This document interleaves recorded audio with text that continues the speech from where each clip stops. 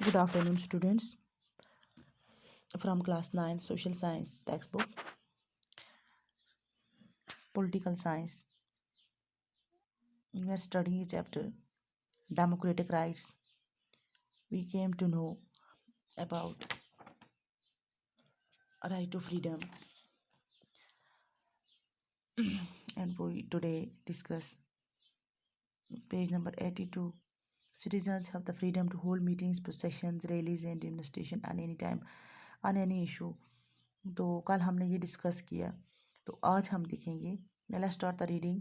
As citizens, we have the freedom to travel to any part of the country. We are free to reside and settle in any part of the territory of India.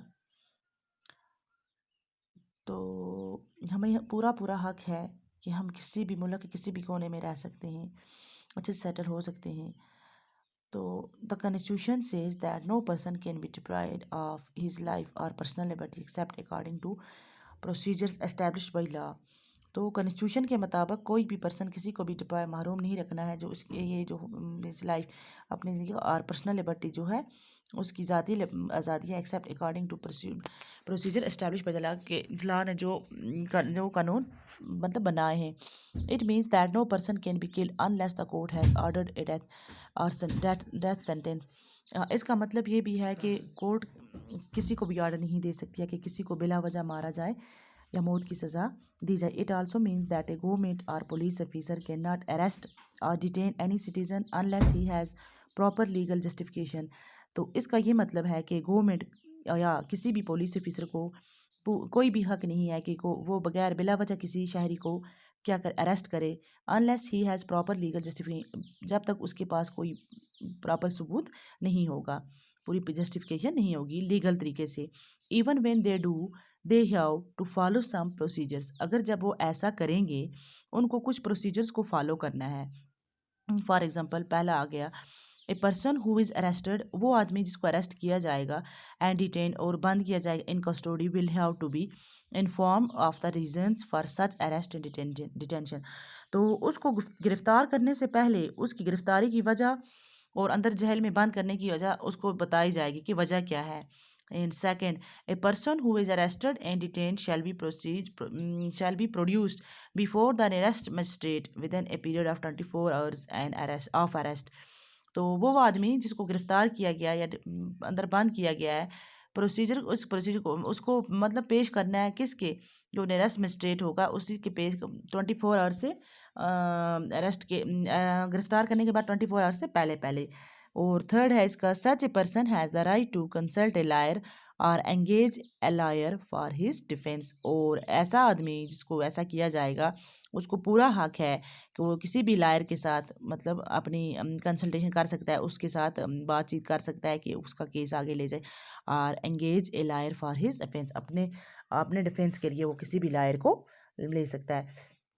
Let's recall the cases of, तो नहीं sorry इसको हमने अब हमारा ये आ गया कि freedom मतलब किस हद की होनी चाहिए.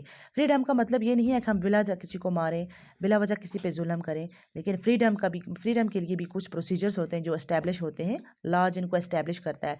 इसका मतलब है कि अगर कोई भी आदमी ऐसा करेगा तो ऐसा करने से पहले ही have to follow some procedures, उसको कुछ प्रोसीजर्स को फॉलो करना है. ये था हमारा राइट. अब हम देखें right against exploitation. Once the right to liberty and equality is granted, it follows that every citizen has a right not to be exploited. Yet the constitution makers thought it was necessary to write down certain clear provisions to prevent exploitation of the weaker sections of the society. The constitution mentions three specific evils and declares these illegal. First, the constitution prohibits traffic in human beings. Traffic here means selling and buying of human beings, usually women, for immoral purposes. Second, our constitution also prohibits forced labor or begar in any form. तो right against इसका मतलब है कि जब liberty और equality grant की जाते हैं इनको फॉलो, हमारे शहरी को फॉलो करना है, नॉट टू बी, इनको एक्सप्लॉइट नहीं करना है.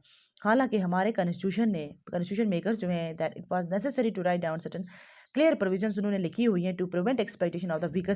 ये जो वीकर सेक्शंस है सोसाइटी के अंदर इनको बिल्कुल एक्सप्लॉइट नहीं करना है. The constitution mentions 3 specific evil जो हैं, 3 जो बुराइयाँ, एंड डिक्लेयर्स दीज इलीगल। तो ऐसी 3 चीज़ों को उन्होंने बिल्कुल इलीगल करार दिया है।